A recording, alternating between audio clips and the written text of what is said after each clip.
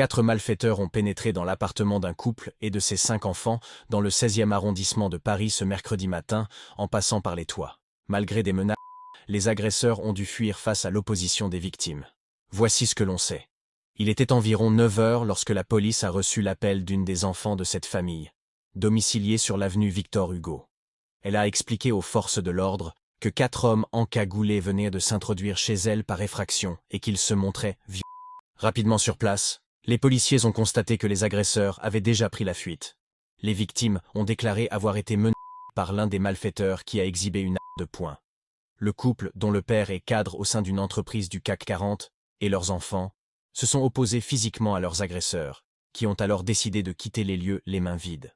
Les policiers ont constaté que les malfaiteurs avaient utilisé un tournevis pour forcer la fenêtre de cet imposant appartement situé au dernier étage, avant de s'introduire à l'intérieur.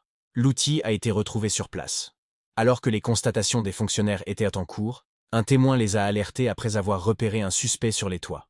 Les policiers de la brigade d'intervention, BI, de la direction de l'ordre public et de la circulation, DOPC, spécialisés dans les interventions sur des points hauts, ont été sollicités. Une fois sur place, ils ont localisé le suspect sur l'un des toits et l'ont interpellé vers 10 heures. Soupçonné d'être l'un des 4 agresseurs, l'adolescent a été placé en garde à vue. Les 7 victimes n'ont pas été blessées. Une enquête a été ouverte pour tentative de vol par effraction avec arme et confiée aux policiers de la Sûreté territoriale parisienne.